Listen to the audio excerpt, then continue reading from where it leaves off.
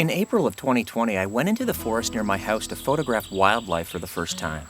I thought, what if I did this again tomorrow? What if I did this for an entire week or a month? What if I filmed wildlife in this small sliver of forest for an entire year, all 4 seasons? What would I see? What would I learn? What would I discover?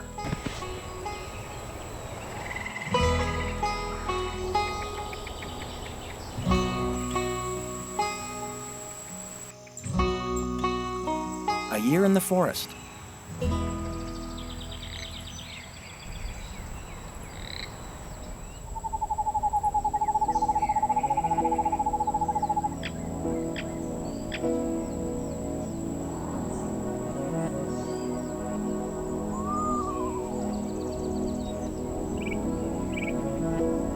Every spring for 4 years, some screech owls had returned to a hole in a tree near my house. Coincidentally, on a street named Spring. What wasn't a coincidence is why the owls chose this neighborhood.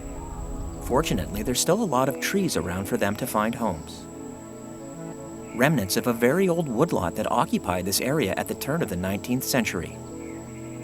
This woodlot has many names, but for the purposes of this film, we'll call it the Oakwood Bush. These owls became a telltale sign of spring for me.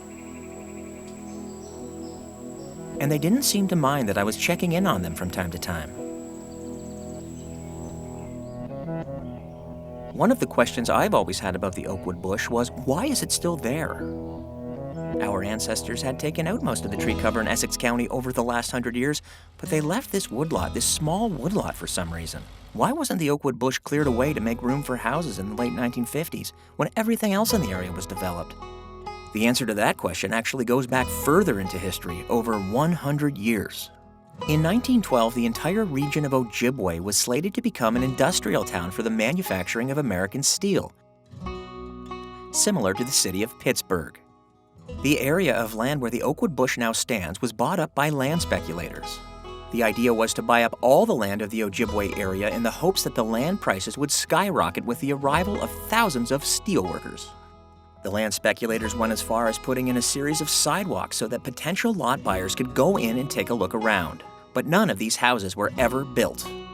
Streets like Betts, St. Clair, Pittsburgh, and Lafayette never materialized.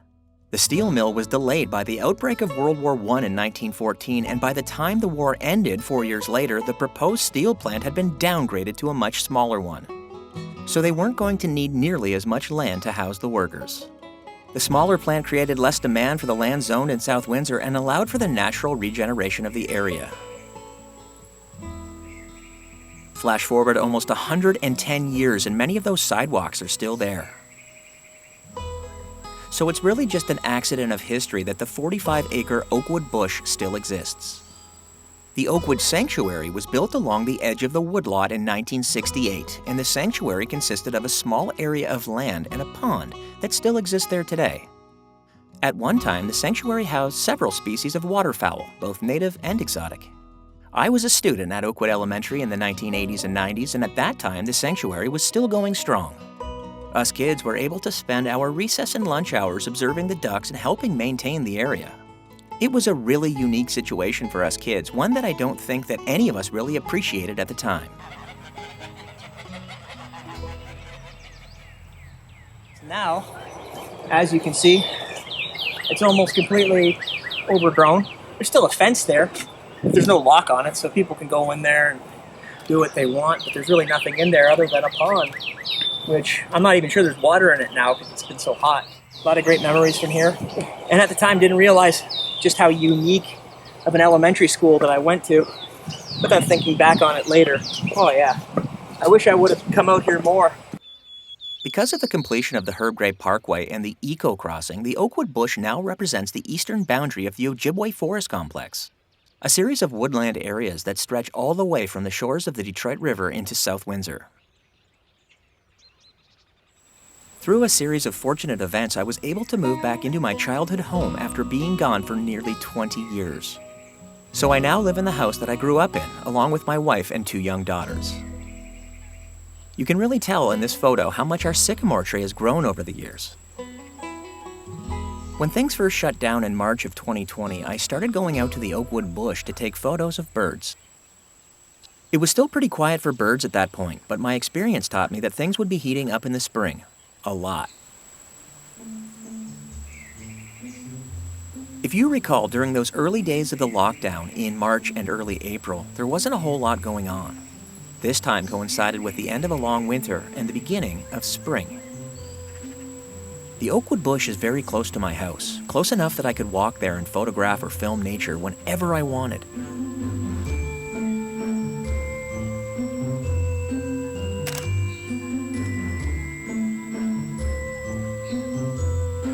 I spent a lot of my childhood in the Oakwood Bush, playing, building forts, and having bonfires, but we paid little attention to the creatures around us. So when I first started going out to the bush every day, I had no idea if I would be seeing a lot of different birds. But the conditions looked favorable, and similar to local birding hotspots such as Point Pelee, which was currently shut down like everything else. If you know anyone who's into bird watching or bird photography, you've probably heard them speak about warblers before.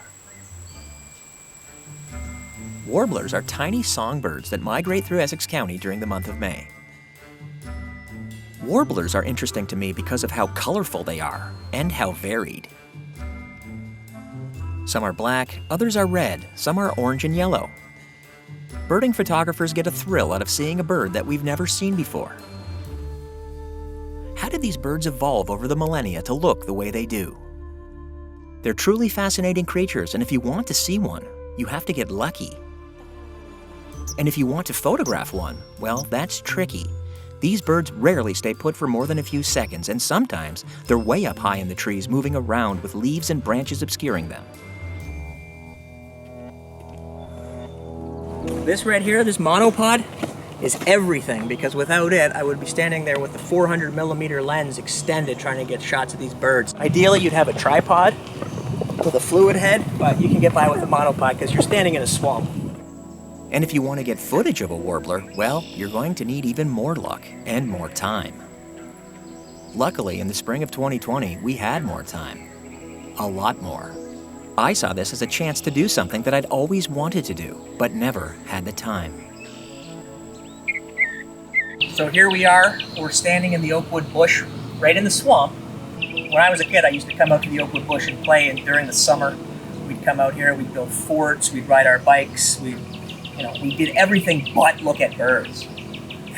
And now, all these years later, I kind of came out here knowing that the pandemic was happening and I was going to be doing my bird watching here. I came out and I scoped out what places I thought would be good for birds. And this is where I came. This is the first place that I came, because no one comes back here. There are about 50 separate species of warbler in North America.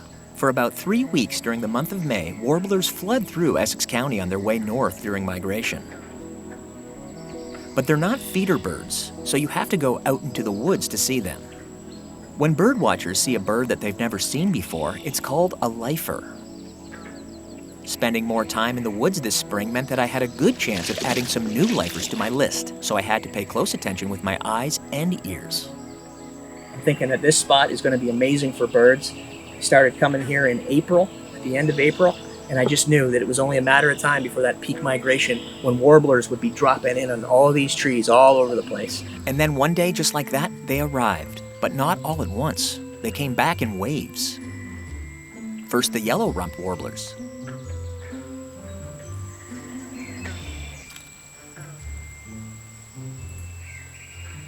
Here's a female yellow-rumped warbler. And then the American redstarts came.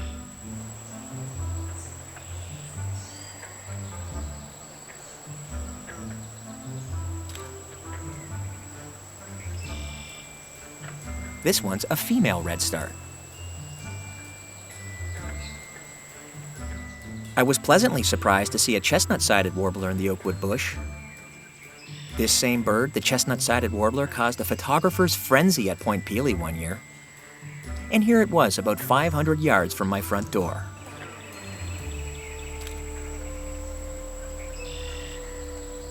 Here's a magnolia warbler.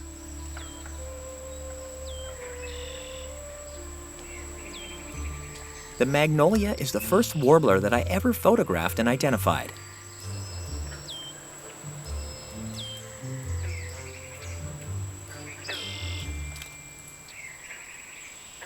We're standing in a swamp right now. You got to make sure that you have very high boots, and this might be hard for some people, is try to fight the urge to look at your phone. You don't want to be looking at your phone in a swamp, because if you drop it, you're done. Yes, I'm standing in a swamp, but it was perfect for songbirds. All they eat are insects. The insects weren't bothering me yet. I was wearing long sleeves and I had brought lots of bug spray. Whoops, a cat. What's that doing out here?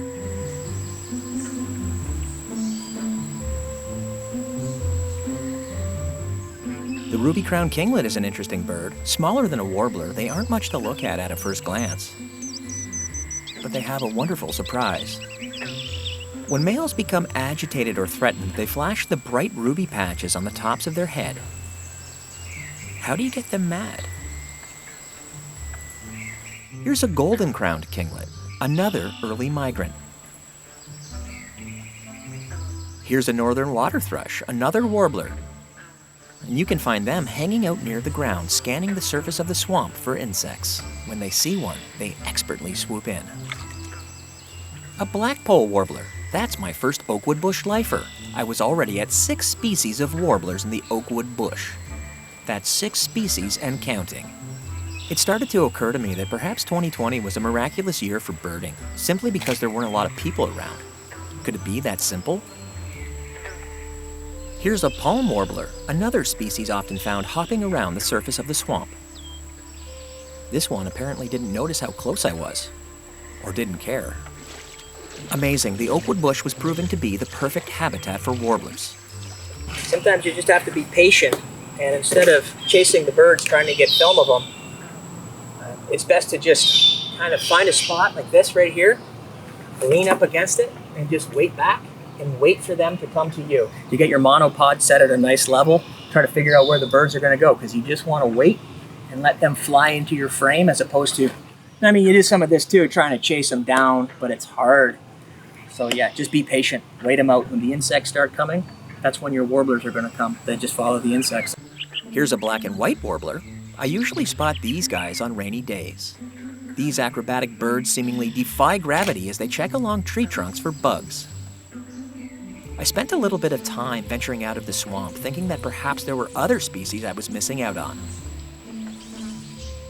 Here's a yellow warbler, one of just a few warblers that builds their nests locally. The bay-breasted warbler was not bothered by me one bit.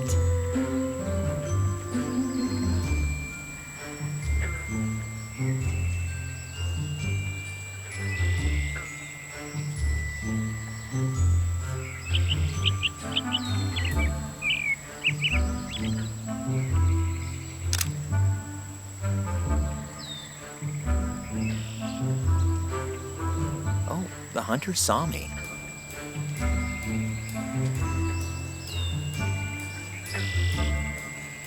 Here's a black-throated blue warbler. Every time I saw a different species of warbler, I got a charge of excitement. Just how many species was I going to see in the Oakwood Bush?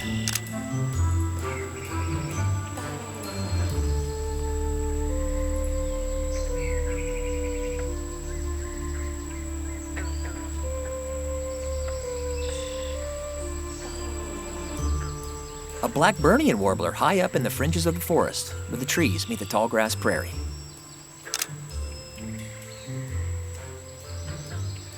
A Wilson's warbler, that was a surprise.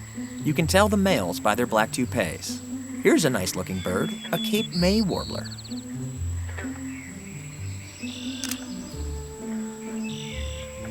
Here's a male eastern towhee scrounging the forest floor, looking for something to eat. This whole process of taking photos and video of birds was very educational for me. I'll try to explain some of the things that I was learning on the fly. One thing to remember too is bring an extra battery and bring an extra card, because you're going to run out of space on your card and your battery's going to die. There's nothing that you can do to prevent that from happening. It's happened to me. I lost some footage, or I lost an opportunity to get some footage. Here's a scarlet tanager, not a warbler, but they often arrive at the same time as warblers, and their bright red color makes them a favorite to birders.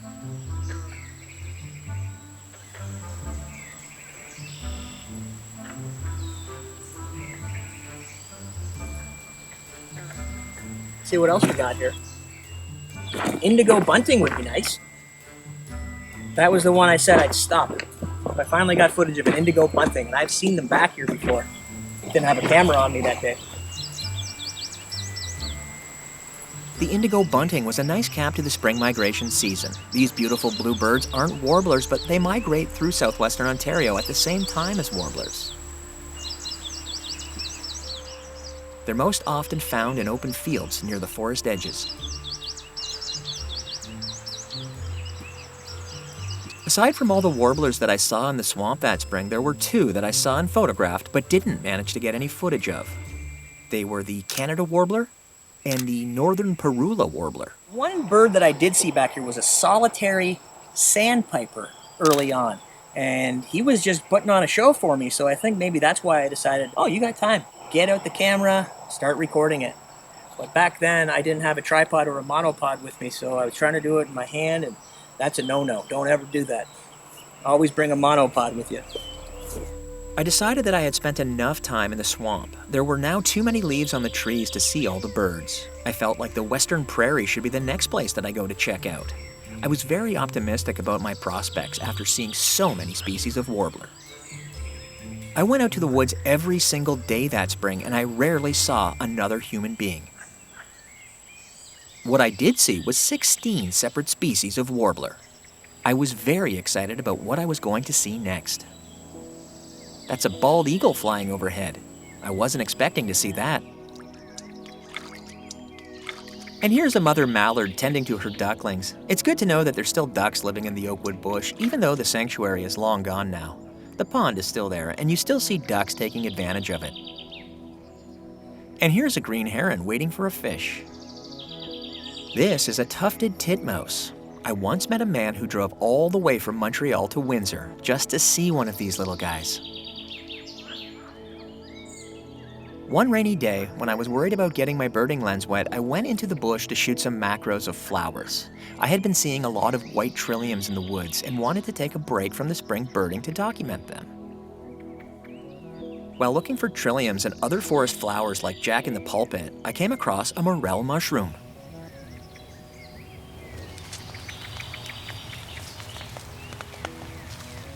I was already familiar with morels, but I had never actually found one growing in the woods before.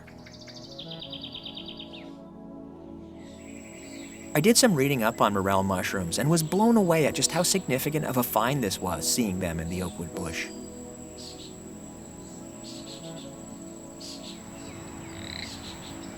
Morels are an extremely valuable mushroom, and the reason for this is simple.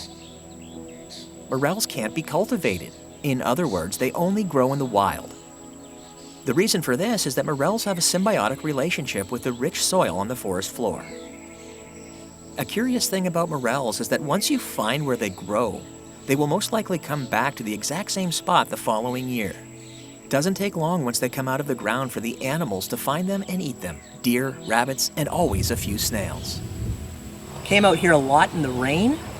Man, talk about it being peaceful. You're hearing the rainfall, you're protected because of the canopy, and just sitting there waiting, thinking, waiting for birds to come. On my way to the Western Prairie, I stopped by the old sanctuary pond to investigate some intriguing calls I'd been hearing back there.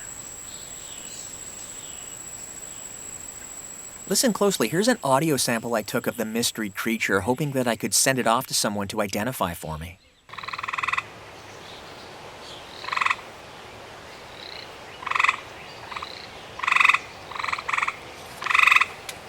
I thought perhaps that it was some sort of owl or some other very secretive bird. I'd been hearing it off and on for a while now, and I still couldn't see anything close to the sounds, so whatever it was very well camouflaged. I sent the recording that I had to some experts to try to ID for me. One got back to me right away. It was a gray tree frog. What's more, my recording didn't just have one tree frog on it, there were up to 3 males in the recording. What made that significant is there hadn't been a gray tree frog in Essex County for close to 100 years. So I set out to film the gray tree frog. I got it. That's the gray tree frog. Don't know how I found it. Now we just need him to move.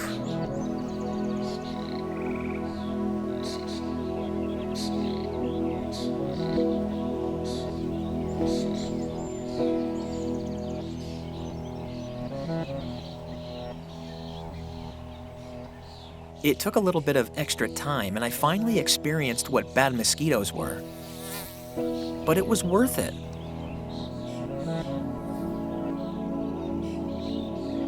Why are the tree frogs coming back now? Where did they come from? Maybe it had something to do with the Herb Gray Parkway eco-crossing. I hope this population can thrive for years to come.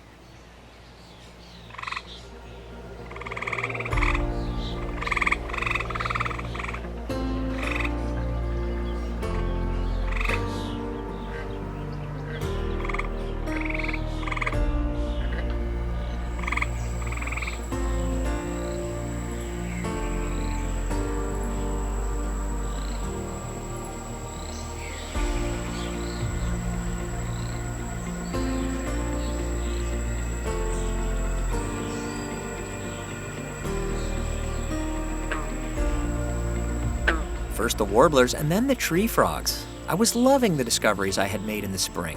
In previous years, I'd stopped videoing and photographing nature at the end of spring. Summer was just too hot, and again, there were too many leaves on the trees to make it worthwhile. I wanted to keep it up though, so I was looking for new discoveries, things I had never seen before. New directions to take my filming and photography.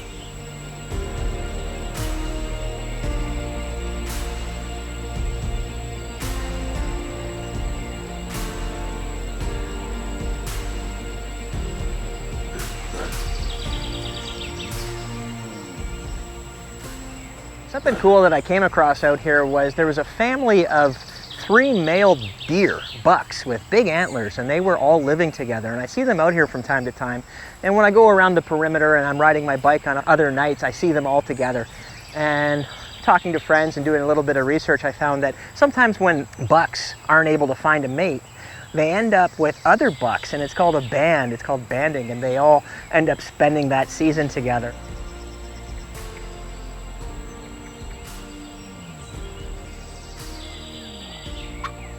Turkeys are something that we never saw in the Oakwood Bush back in the 80s and 90s, but they were reintroduced to the area back in the late 80s, and now they're thriving. It's not unheard of to see turkeys roaming the neighborhood streets, pecking off the lawns.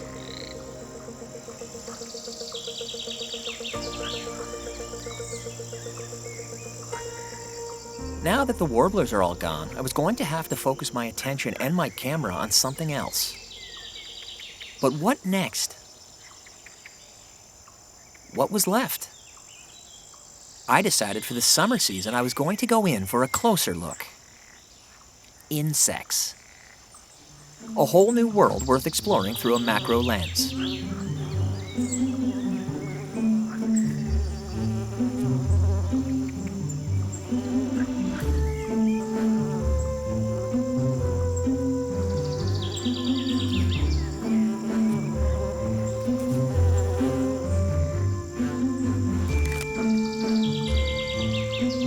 These insects were all new to me. I had never actually taken time to stop and study them, to watch them. There's thousands of plants out there, and every single one of those plants has insects on it. It never fails, no matter what. Every single one of them will have some kind of bug, and you can get in really close with these macro lenses. This is a Canon 100mm macro lens, and it works basically just like a normal lens would, except it allows you to get up very, very close to the thing that you're shooting. It's incredible. You fill up the whole frame. Now a new wish began to form in my mind, the possibilities of what I was going to see next. The possibilities seemed endless, way beyond the scope of my imagination. I wonder how long it will take this group of milkweed tussock moth caterpillars to devour this milkweed leaf. Monarch butterflies only lay their eggs on one plant, and that's milkweed. And monarchs typically only lay one egg on each milkweed plant because when the caterpillar comes out of the egg, it's going to eat every last shred of milkweed on that particular plant. And then it goes somewhere else, it forms into its chrysalis, and then a couple weeks later you've got yourself a brand new monarch butterfly. So if you want to find monarch caterpillars, you go to the milkweed because that's where they are.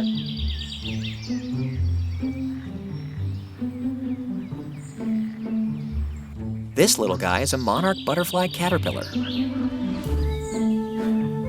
And In a few weeks, it will turn into one of the most beautiful butterflies in North America and begin its perilous journey to Mexico.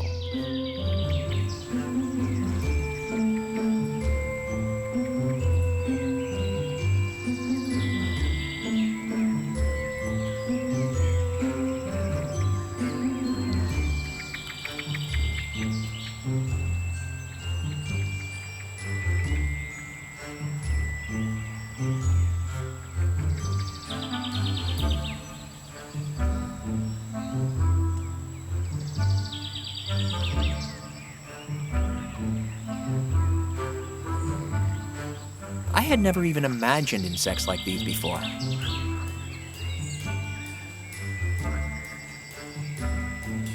I don't have a clue what this one is.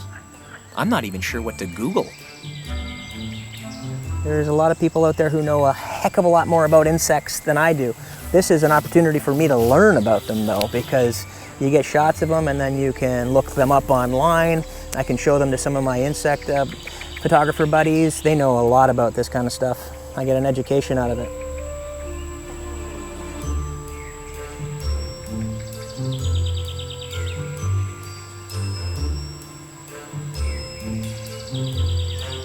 They ate the whole thing in less than 24 hours.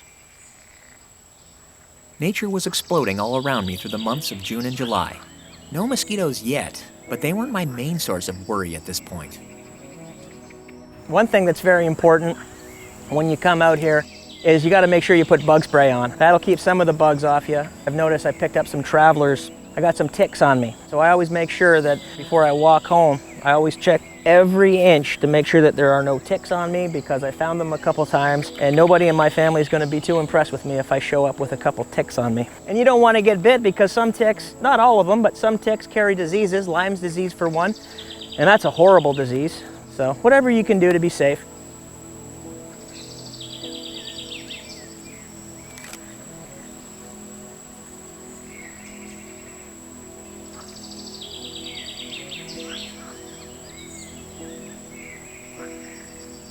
Now this is something for the list. See how close this thing will let me get. It's a nice one. A praying mantis. I had seen these guys before. Most people have. They aren't shy. The praying mantis is not native to our region, and there are two separate species of them here now. The European mantis and the larger Chinese mantis. The praying mantis was introduced to North America by gardeners trying to rid their gardens of pests. It worked. A little too well. Now they're everywhere. A praying mantis will eat anything it can catch, even another mantis. We talked about in the spring the benefits of having a monopod when you're going out to film birds in the swamp. Well, monopod isn't going to be much use to you at this point with a macro lens. You need a very sturdy tripod, the sturdiest tripod that you can find. This one here works like a charm. I wouldn't even bother trying to do this if I didn't have a tripod like this. Look at that. The tobacco hornworm caterpillar. Hornworms earn their name with their fleshy horns, which they raise to frighten off potential predators.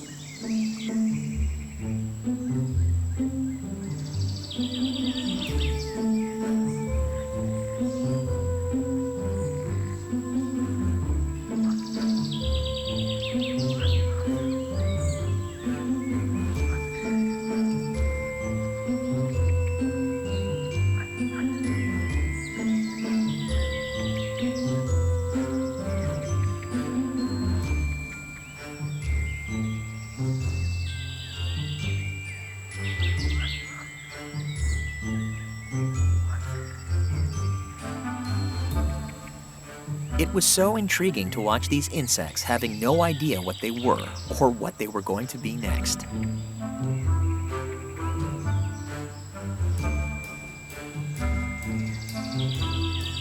And also experiencing the whole life cycle of these insects, they were quickly changing into something else.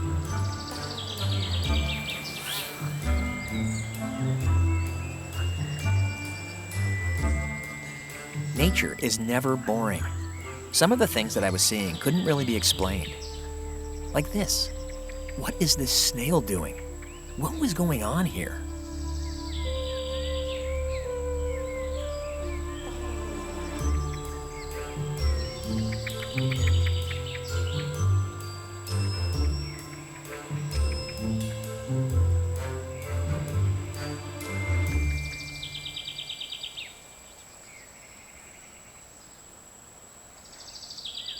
This here is a parabolic microphone, and I like having this because I can record actual field audio, the sounds that we're actually hearing. Unfortunately, I can't use the wild sound that I capture with the camera because you hear me breathing, you hear the camera clicking, the focus changing. The bowl reflects the audio, so it's nice and pure, and it's a shotgun mic, so you get whatever it is that you're pointing at, and you can isolate it so you're not hearing the truck traffic behind us. It's really nice.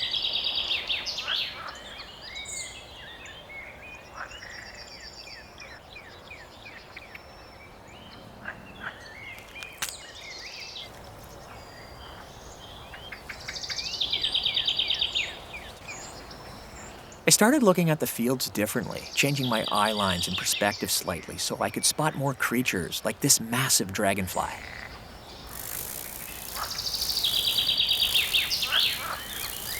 Were they watching me the same way I was watching them? At times it felt like it. I was really happy with so much of the footage that I had managed to get so far, but I felt like I was missing out on what was happening in the area in the middle of the night. From conversations that I had with friends and naturalists, one thing that I knew I was going to have to document for this film were moths, and what moths were doing in the middle of the night. I decided to set up an ultraviolet light in my backyard to see if I was close enough to the woods to attract some new moths and other insects at night. This moth is luminescent. Notice how the other bugs aren't glowing. I had never really paid too close attention to moths before. What was there to know about moths, I thought? Was the night sky in the neighborhood surrounding the Oakwood Bush dark enough to attract moths and other insects to a UV light? I was about to find out. I had no idea the depth of the rabbit hole I was about to fall down.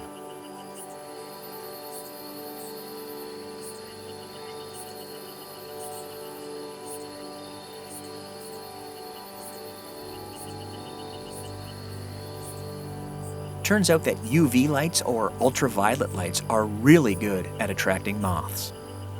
Every once in a while, my mind would be blown by the sight of a giant moth that came to the yard.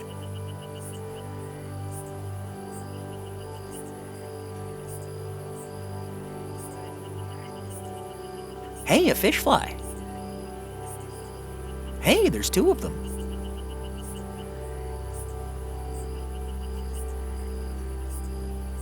It turns out that fish flies are also attracted to UV light.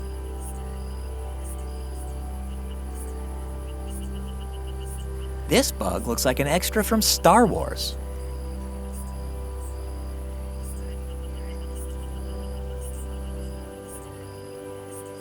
This is a tufted bird-dropping moth.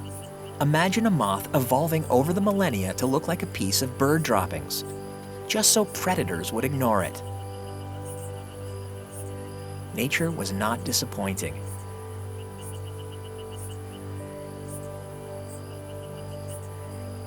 Moths are a lot easier to film than birds are for obvious reasons. They're drawn towards the light source, and once they settle in, they literally just sit there, so you can get all kinds of interesting camera angles on them. This is an Ilia underwing moth. It's perfectly camouflaged to blend into oak trees. I put in this dime for scale in some of these shots. I also like seeing the smaller insects and moths walking around the giants, and in some cases right over top of them. It really shows you just how large they are.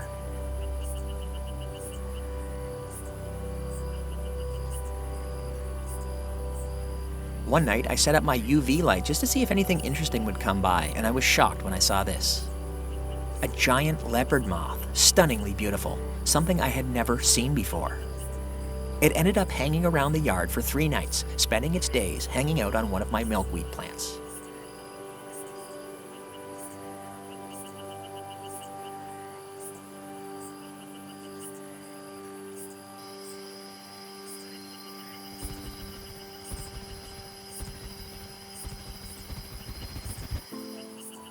The moon plays a big role in the activity of moths. If the moon is out, you may not see them. But on the nights when the moon is hidden, or not out at all, your chances of seeing moths greatly increases.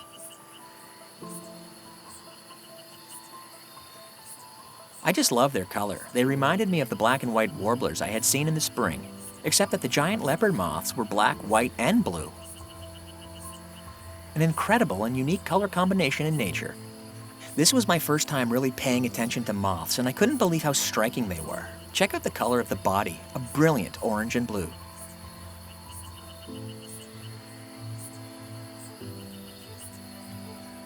And the second night, I was stunned to see that there were now 2 leopard moths on the bedsheet. These giant leopard moths aren't particularly rare in our area, but a lot of people have never seen one. The reason for this is that they're nocturnal, only coming out at night, so you really have to be looking for them.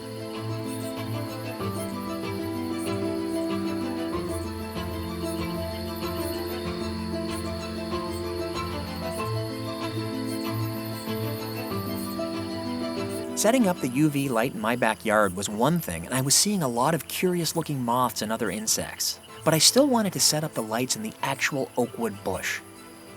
I needed to find out what, if anything, I was missing. I asked a friend whose backyard empties onto the Oakwood Bush if I could set up there for an evening. He said no problem and even provided me with an extension cord to plug my lights into. And wow, I immediately noticed an increase in overall insect volume, and I started to see some larger moth specimens as well. Here's an Io moth. Another giant leopard moth. And then this, the granddaddy of them all, a polyphemus moth. It was massive. When it first arrived, I thought it was a bat. That's how big it was. It was a beautiful specimen, and 2 features immediately stood out to me. The first was the antenna array, and also the eye spots on the wings. It was simply stunning. To think these magnificent creatures only live for about a week and have no ability to eat or even drink.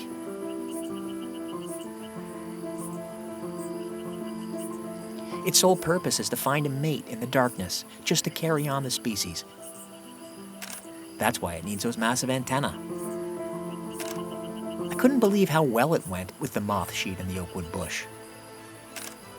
The massive trees and the total darkness make it an ideal spot to find hundreds of species of moths.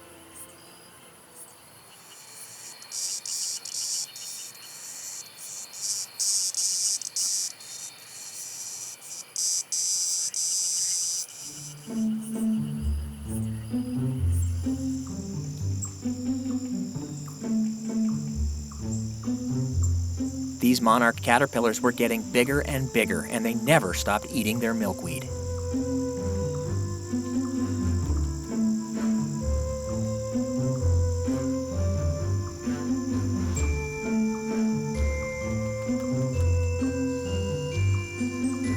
Luckily, a lot of the things that you're filming with a macro lens aren't going to fly away on you, so you can get as close as you possibly can to them. And one thing that I like to do to get closer without actually moving the tripod is you just take the leg and extend the leg, and then you can be stable and you can get that much closer. Every inch counts with a macro lens. After the moths, I really started to take notice of all the different butterfly varieties that were passing through the Oakwood Bush.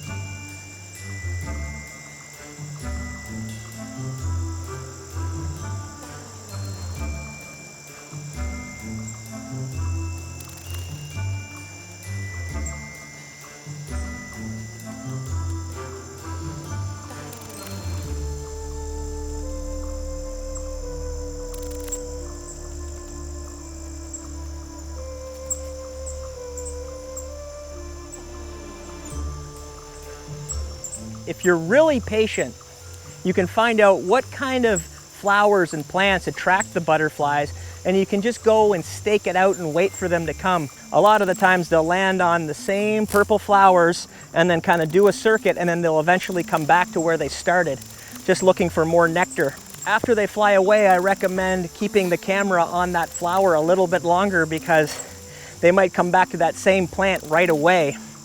And then people who are watching that video will look at it and say, how the heck was he filming that flower when that butterfly happened to land on it?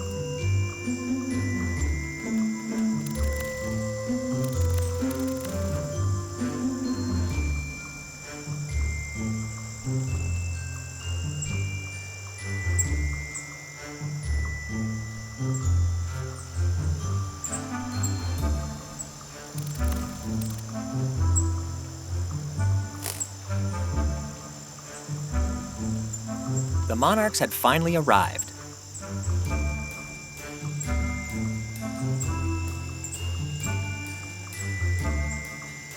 Adult monarch butterflies possess two pair of brilliant orangey red wings featuring black veins and white spots along the edges. Males are slightly larger than females.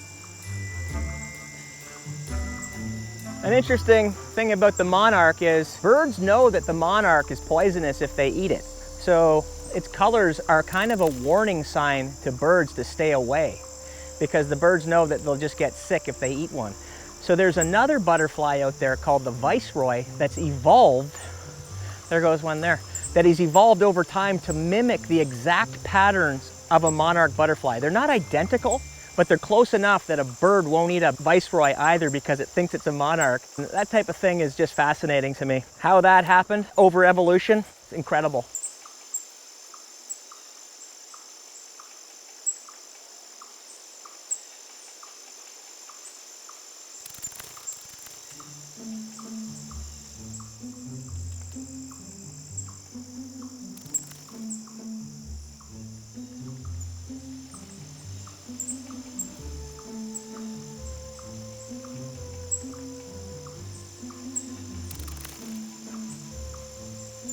Another thing I talked about in the spring was the idea of not bringing your cell phone or not having your cell phone out while you're standing in the swamp. One thing that it's good to have a phone for when you, with the birds, is that you can quickly identify what you're looking at. I don't have an app like that for insects, so I don't even bother to bring my phone with me because it's just a distraction when you could be scanning the horizon to try to find a colored butterfly that you've never seen before and try to track it down. I couldn't figure out why this black swallowtail butterfly was letting me get so close and not flying away.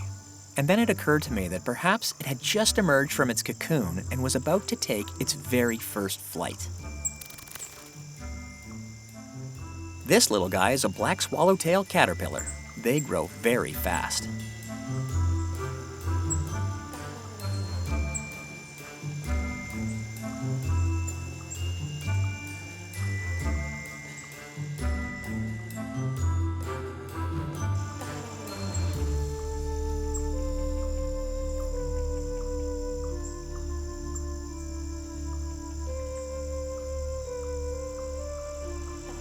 When a black swallowtail caterpillar believes it's in danger from a predator, it will release these glands called osmeterium. The osmeterium emit a foul odor which will repel predators.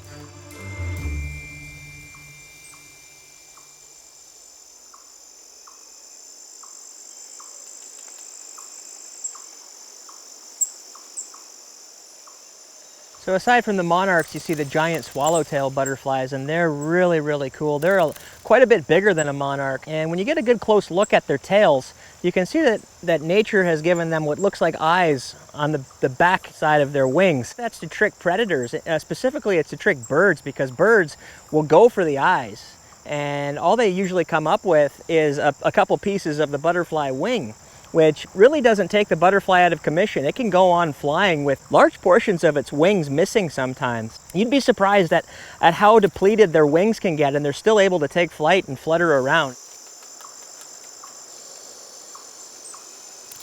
This field that we're in right now is so unique and so special. The amount of butterfly traffic that I see coming through here. There's a place up there, a point in between all those trees. I call it a choking point or a bottleneck, and the way that it's shaped. All the butterflies have to pass through there, and they're coming right from the other side of the Herb Gray Parkway. They have no choice but to come right through here. Sometimes you look out and you can see 6, 7, 8, 9, 10 butterflies at a time.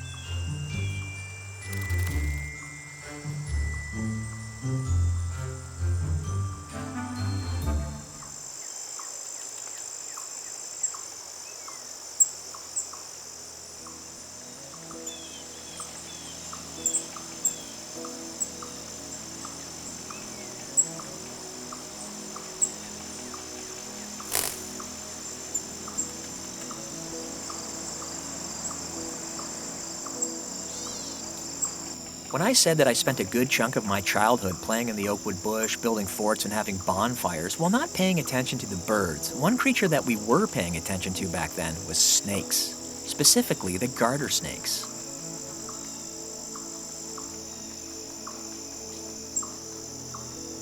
Decades ago, when the Ambassador Bridge was built, the road feeding the bridge, Huron Church, became one of the busiest roads in all of North America. Non-stop truck traffic, 24 hours a day, 7 days a week. Huron Church became a boundary for a lot of animals, but it made the Oakwood Bush a forest island of sorts for snakes.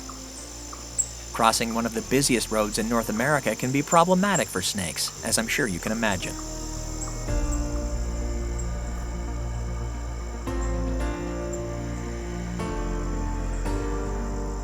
Since the completion of the Herb Gray Parkway, and specifically the eco-crossings that go over top of it, more snakes can now cross over into the Oakwood Bush.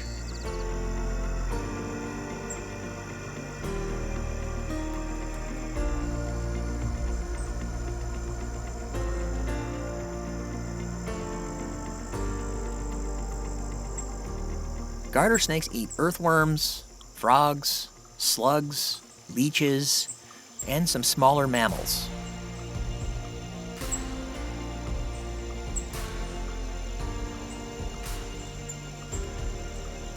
All my years playing in the Oakwood Bush and walking to and from school and building countless forts, we never saw any fox snakes in the woods.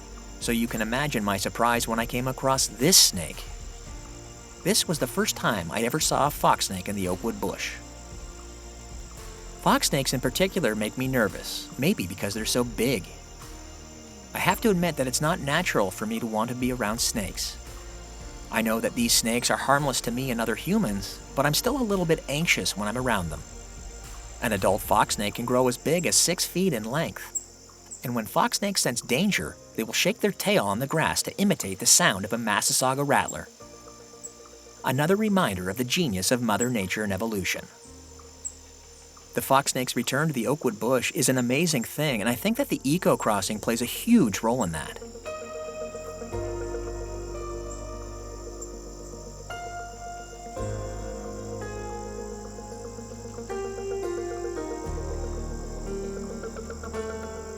I got a few shots of the fox snake, and it was hard for me because I was shaking so much, being nervous. But I maintained a respectful distance, and then I left it alone. I had gotten my shots and I was satisfied. I saw at least 2 more fox snakes that summer. Each one appeared to be over 5 feet in length.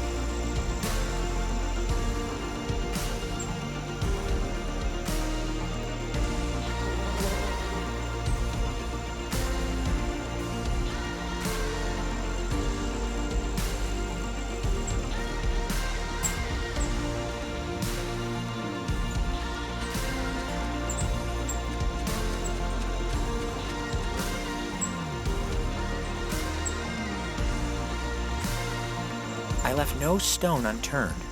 I could always find something. Sometimes I had to dig a little.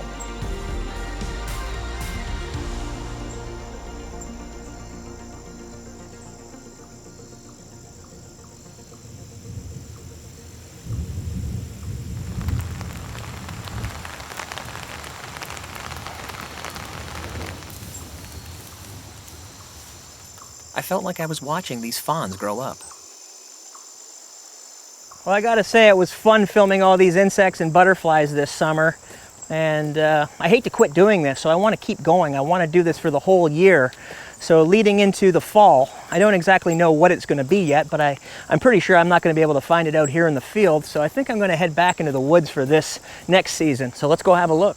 It's a whole other world.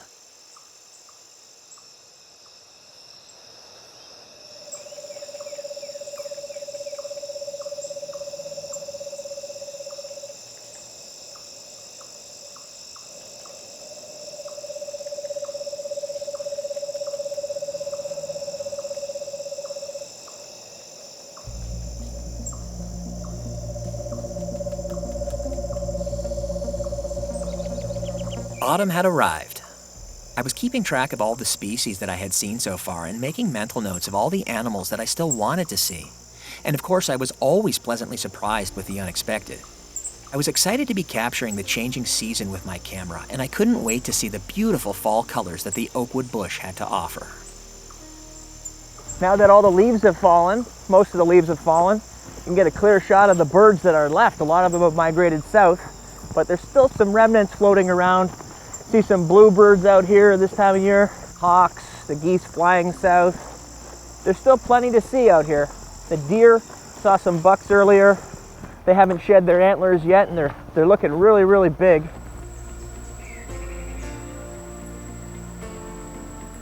Let's go into the bush and see what we can see.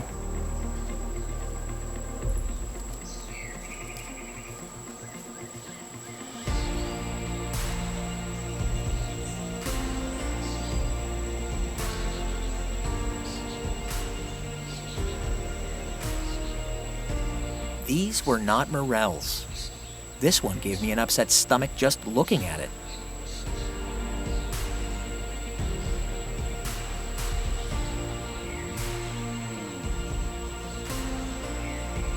A lot of the leaves that we see on the forest floor are good. It's like a blanket for a lot of the insects that they really just burrow into the ground and go dormant. They have nowhere else to go. It's not like they can fly south. They don't just die. They just go dormant, and then in the spring, when everything thaws, they thaw out too, and they just go about their business. It wouldn't take much. You start kicking around some of the leaves before you find something. Leaves. Yeah, that didn't take long. There's a little centipede down there. Make sure we cover them back up when we leave.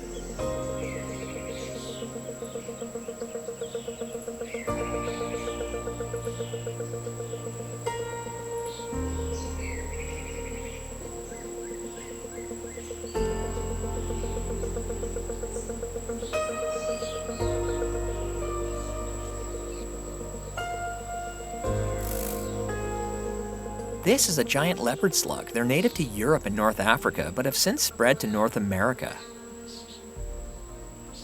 Leopard slugs need to live in a moist climate or near a water source to survive. They typically measure up to 15 centimeters in length, but can get as large as 20 centimeters.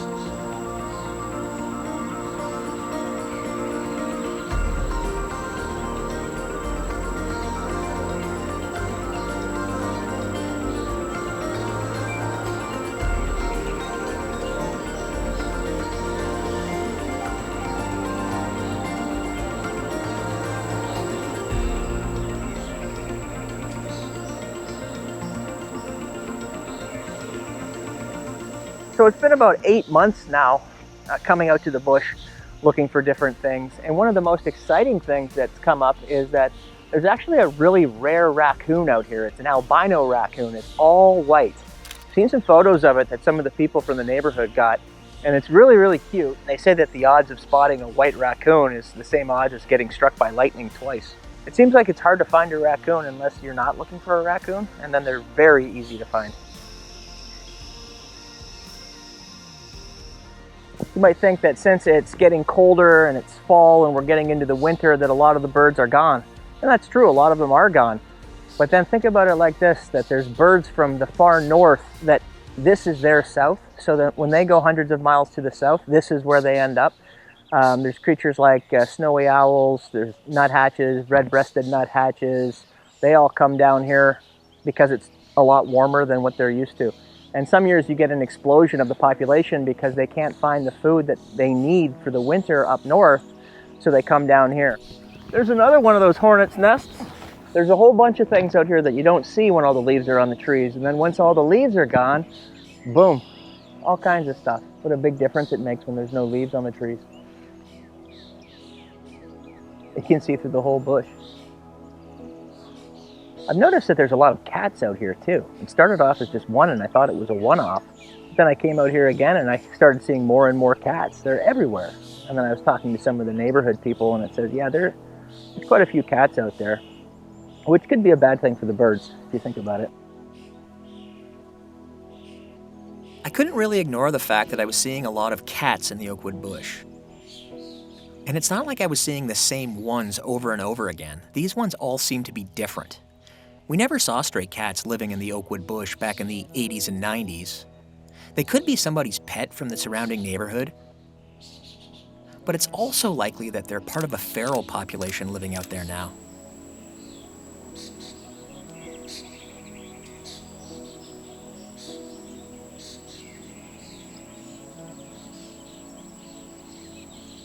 Yeah, a lot of people who live around here that I talk to have been talking about hearing coyotes howling at night. I've got these trail cams now, so I can come out here and set up the trail cams and see if I can get any footage of the coyotes.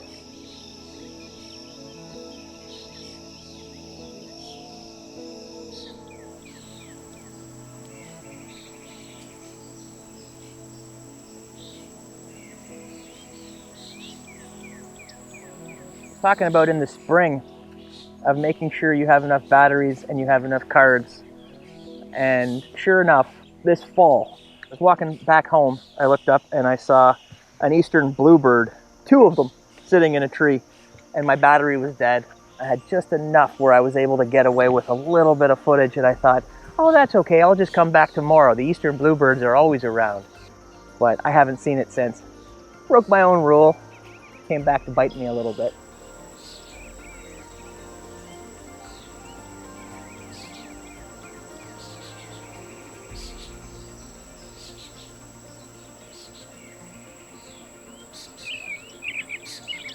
To finish things off for the winter, I'd like to keep coming out here once in a while, and I'd just like to keep documenting some of the creatures that I've been seeing out here for almost a year now. I've been coming out here for 8 months already, and there's the same creatures: deer, certain types of birds, raccoons, cats, and then there's those things that are on my list that I want to try to see that I haven't seen yet. So there's the coyotes that I've heard but I haven't seen yet. I think I'll get them with the trail cams, hopefully.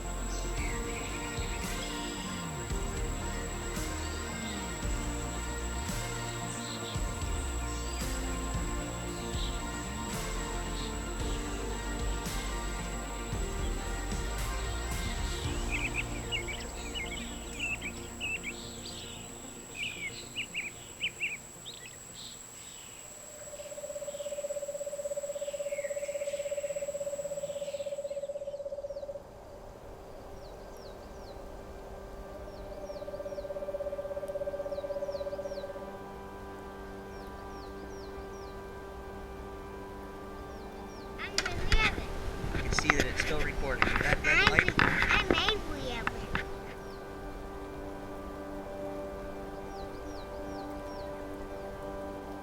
I had never been a huge fan of winter, especially when it came to bird watching. Most of my favorite birds were long gone by now, having gone south for the winter. It's a shame too, because all the leaves are off the trees at this point, and it's really easy to see what's left.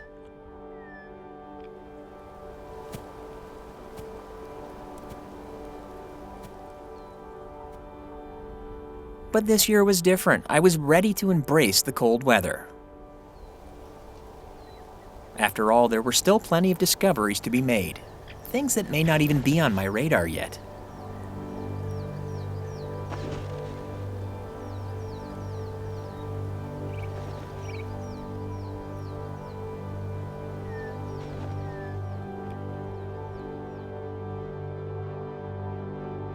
In the winter, after all the leaves are gone from the trees, you really get a sense of just how small the Oakwood Bush is.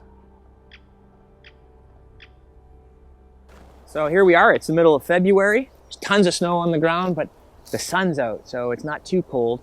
There's all kinds of birds still passing through. I just saw a duck fly by, surprisingly. I see some squirrels off in the distance resting on branches, getting some sun rays in, and saw some woodpeckers. I don't even know if you can see my breath. But the snow's on the ground. The snow's been on the ground for a few days. Still looking for owls out here. Haven't found any. I can hear them when I come out here at night. I've got some recordings of that, and that's pretty cool. And then coyotes, of course. Been hearing the coyotes in the neighborhood. Neighbors of mine have been calling me, telling me that they've been hearing sounds of coyotes. The thing with the coyotes is they're so smart.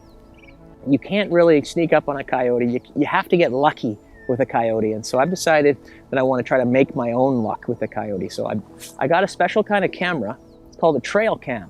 And what I can do with this is I can set it up anywhere I want out here. We know they're out here. We just saw some evidence of one down the path a little way, so we know they're out here.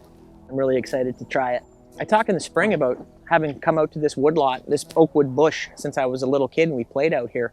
At that time, there were no deer out here. There were no turkeys. There were no coyotes, nothing like that. And I think that the reason that there is now is because it's accessible to these animals' populations. You've got the Herb Gray Parkway over here with the Land Bridge, which has done so much to diffuse the wildlife from west of here into this region, which up until now had been an island, isolated on its own on the other side of one of the busiest roads in all of North America.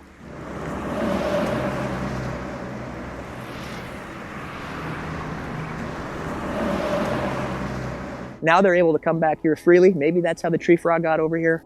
Maybe that's how the coyote, the deer, they don't have to cross that busy road anymore. There's fox snakes out here now.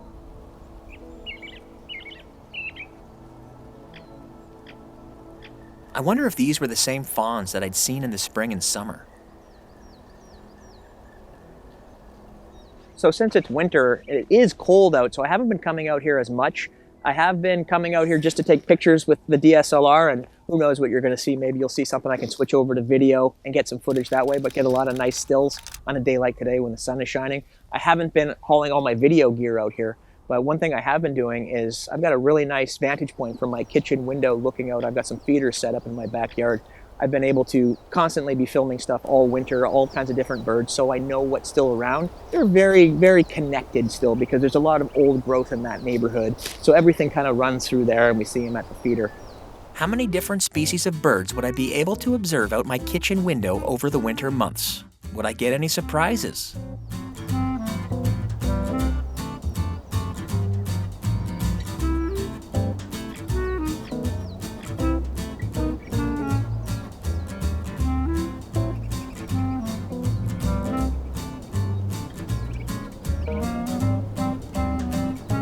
Here's a stray cat that I had never seen before.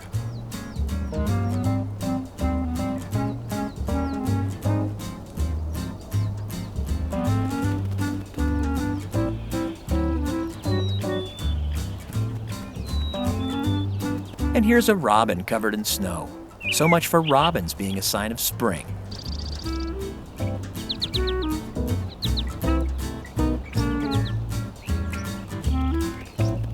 A pine siskin, that's a nice backyard bird.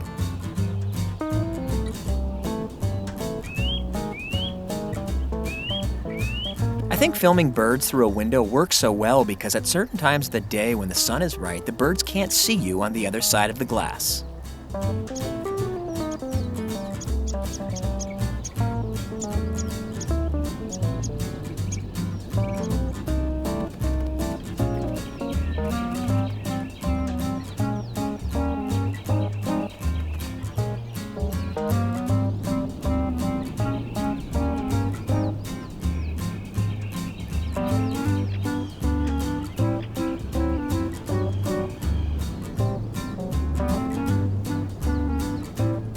These squirrels are so acrobatic and smart, I find it very difficult to stay a step ahead of them. A female red-bellied woodpecker, that was a treat to see at the suet feeder. Probably the largest bird that I saw in the backyard on a regular basis.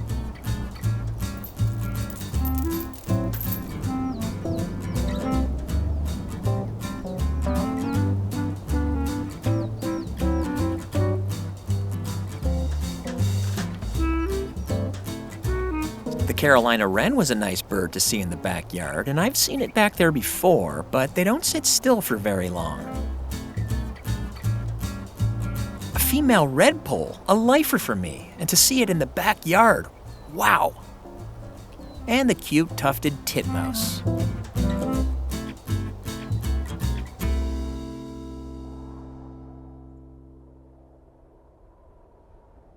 I still wanted to see if I could track down an owl, and I wasn't certain that I'd be able to do that in my backyard, so on a cold night in the middle of February, I headed out into the woods in the wee hours of the night to try to record some screech owl sounds, and who knows what else I might record.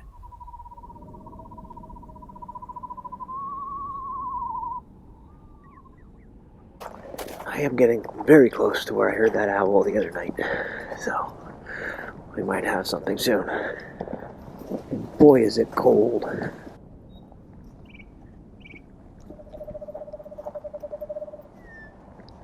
I hear an owl. Just gonna try to zero in on it now.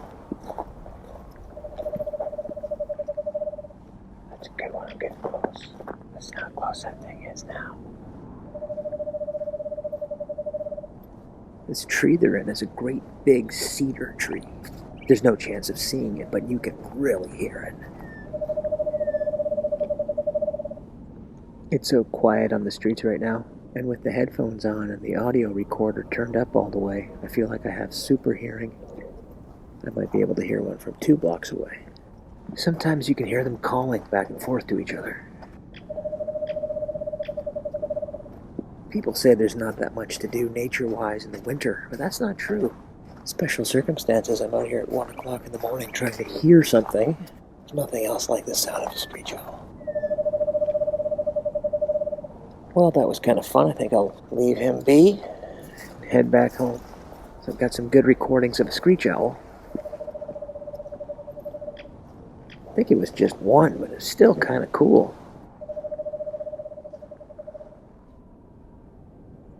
I've been enjoying the winter. It's like the cold kind of gives everything a clean slate, sets the table for the spring for all the new growth and everything that comes. So really looking forward to spring. But the winter hasn't been that bad of an experience. I've enjoyed my time coming out here. We will see you in the spring. Including the screech owl, I managed to see or hear 21 separate creatures in our backyard over the winter months, including a few surprises. The redpoll in particular was a huge surprise for me. The European starlings once again building a nest in our empty owl box. Oh well, at least something was making a home out of it.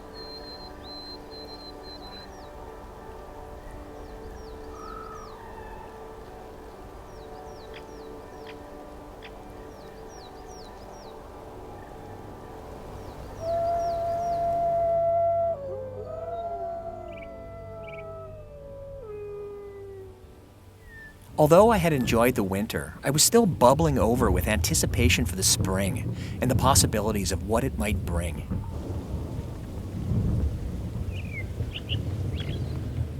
At long last, spring had arrived, and I was still trying to tie up some loose ends.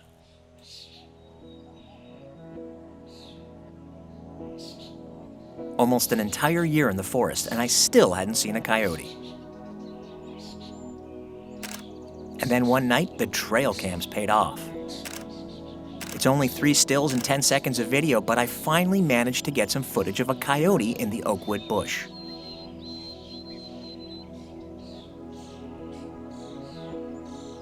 What a surprise that was.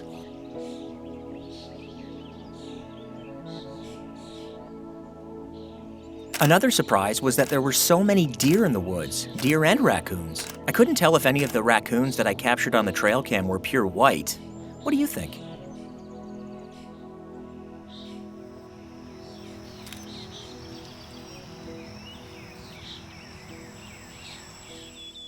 I noticed this spring that the warblers weren't as great as they were in the spring of 2020.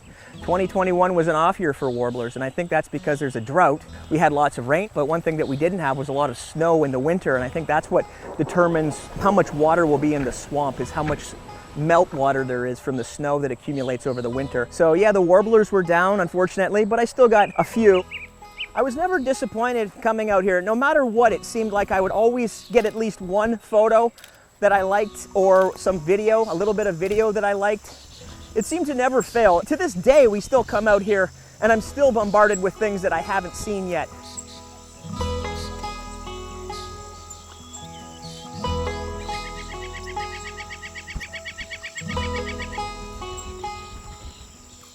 I used to get bummed out at the end of spring because that meant that the bird season was over and it would be another year before we get to start again every May. But that's changed now this last year coming out here. Now I look forward to the summer just as much as I do the spring because everything's so great out here with the insects, you know, and I really got into the macro photography and the macro filming that just keeps ramping up through the summer months. It gets better and better and better. I was trying to think of some of the highlights of things that I've seen back here over the last year, and one of them for sure was the fox snake, which was right around this area, and they're really well camouflaged, so you have to be careful where you're walking, where you step when you come through here, because you don't want to step on one, not because they'll hurt you, but because you might hurt them. That was one of the highlights. The other highlight was the gray tree frog.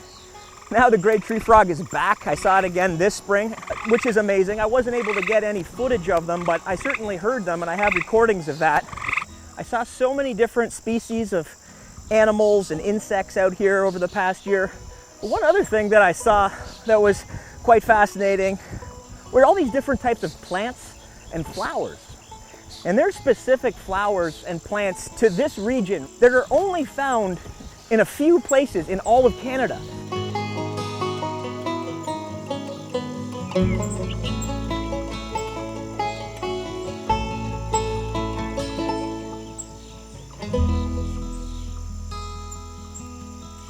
Learning about orchids that grow back here. I didn't know that there was an orchid flower that grew in this field. I talked about earlier how the Oakwood Bush is just here through an accident of history.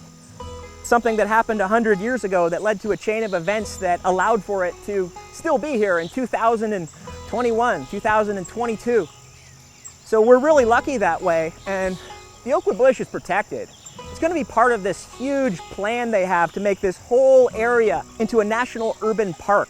So that's really nice that this is kind of the eastern tip of that forest complex that spreads all the way to the Detroit River from here. So those are some areas that I'd like to explore and see things that I wasn't able to see out here, like some of the sturgeon in the Detroit River, some of the great horned owls that live in the Spring Garden area, bitterns and sora, prothonotary warblers, those types of things that I was never able to see in the Oakwood Bush. But just because this area is protected now doesn't mean we should let our guard down. We have to make sure that this area is taken care of for future generations. Our children, our grandchildren, they'll have something like this that's so special and unique that they can come and see for themselves.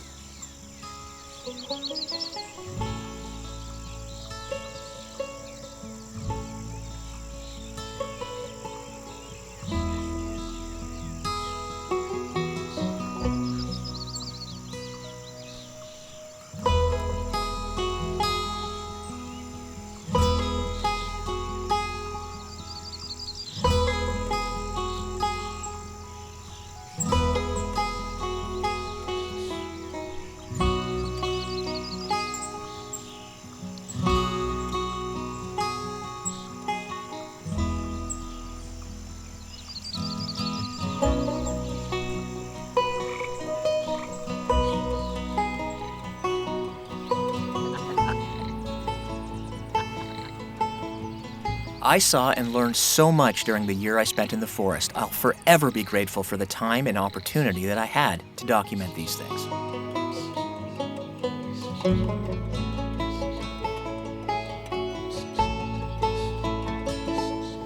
Wow, that sounds disturbing. You're allowed to Okay, how can I do that differently?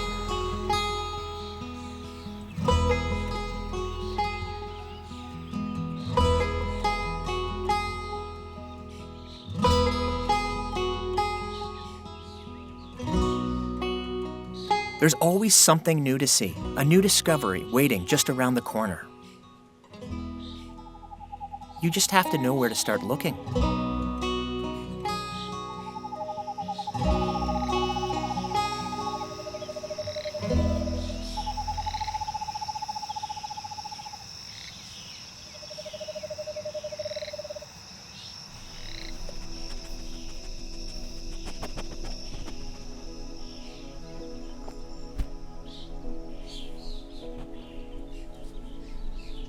Oh, and the owls of spring? They came back.